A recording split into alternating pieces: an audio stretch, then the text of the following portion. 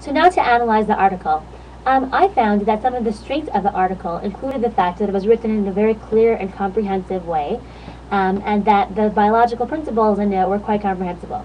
I also really enjoyed the fact that it was written in a way that as you read through the article, you became more and more convinced that it's really not as simple as one would have thought that, to answer the question of when aging actually begins. And so the reader is led to start questioning some of his preconceived notions about the process of aging. As an aside about preconceived notions, before I opened up the article that I was assigned to do, I noticed that the author's name was Hayflick, and I actually had remembered from high school in biology class that Hayflick was the one who had discovered telomeres. And being the telomeres is quite a complicated concept. I figured that this article would have a lot of scientific content and that it would be pretty intricate and long and hard to analyze, and so I was a little bit apprehensive about it.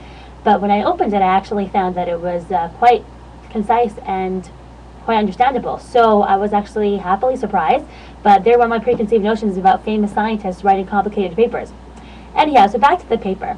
The views expressed in this article are actually consistent with the well-known theories of his author, Leonard Hayflick. Leonard Hayflick is a widely acclaimed biogerontologist, and is, as we read in our Moody chapters this week, in 1961, Hayflick and his associates actually discovered that cells in a laboratory culture go through a limited number of divisions. This is called the Hayflick limit. It demonstrates that somatic cells have a finite lifespan. Somatic cells are any cells in the body that are not germ cells or stem cells. So basically, most cells in the body have a finite lifespan. And so this concept is actually central to understanding aging at a cellular level. It basically means that aging is a process that is programmed directly into the organism at a genetic level. So in this article, Hayflick actually says that, as I mentioned before, the phenomenon of aging comes about as a result of the human progressiveness that helped us to protect ourselves from the elements and other destructive forces, so that we can survive well beyond the years of maximum reproductive life. So basically what he's saying by that is that it's inevitable that if humans are going to live that long, they are going to experience age changes, and they're going to have degeneration.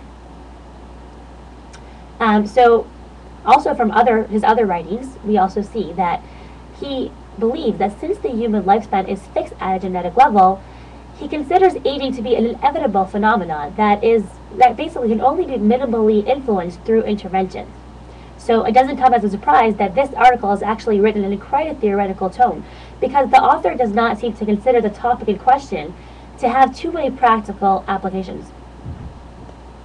Hayflick's perspective on the inevitability of aging and his cautious and even skeptical approach to the wishful thoughts of increasing the human lifespan or slowing the aging process is actually quite prevalent in many of his writings. So, for example, one of the articles for this week is one that he co-authored. It's called Position Statement on Human Aging. And basically contemporary and futuristic anti-aging medicines are critically examined in this article and basically quite dismissed, because he doesn't really seem to believe that too many interventions are going to really lengthen the human lifespan or slow the process of aging. So in another article, Why Do We Live As Long As We Do, also authored by Hayflick, he quotes George Sasher and saying that instead of asking why we age, biogerontologists should be asking why we live as long as we do. So basically in that article, he boldly questions the judiciousness of even attempting to manipulate the process of longevity and aging.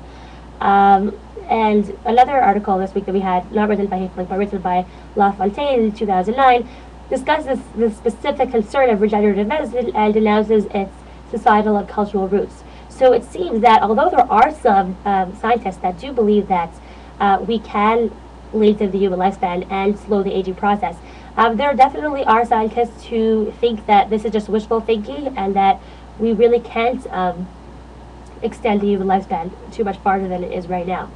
Although I did enjoy reading this article, I didn't think it was particularly essential read for individuals who are interested in learning about the aging process or the biology of aging, because it was really written in quite a theoretical tone, and there wasn't too much practical implications from this article.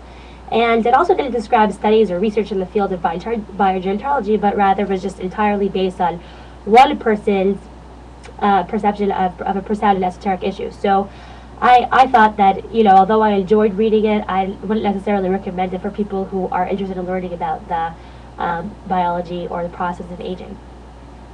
I hope you enjoyed my presentation. I wish I could be there to answer your questions, but I'm sure that Felicia will do a great job.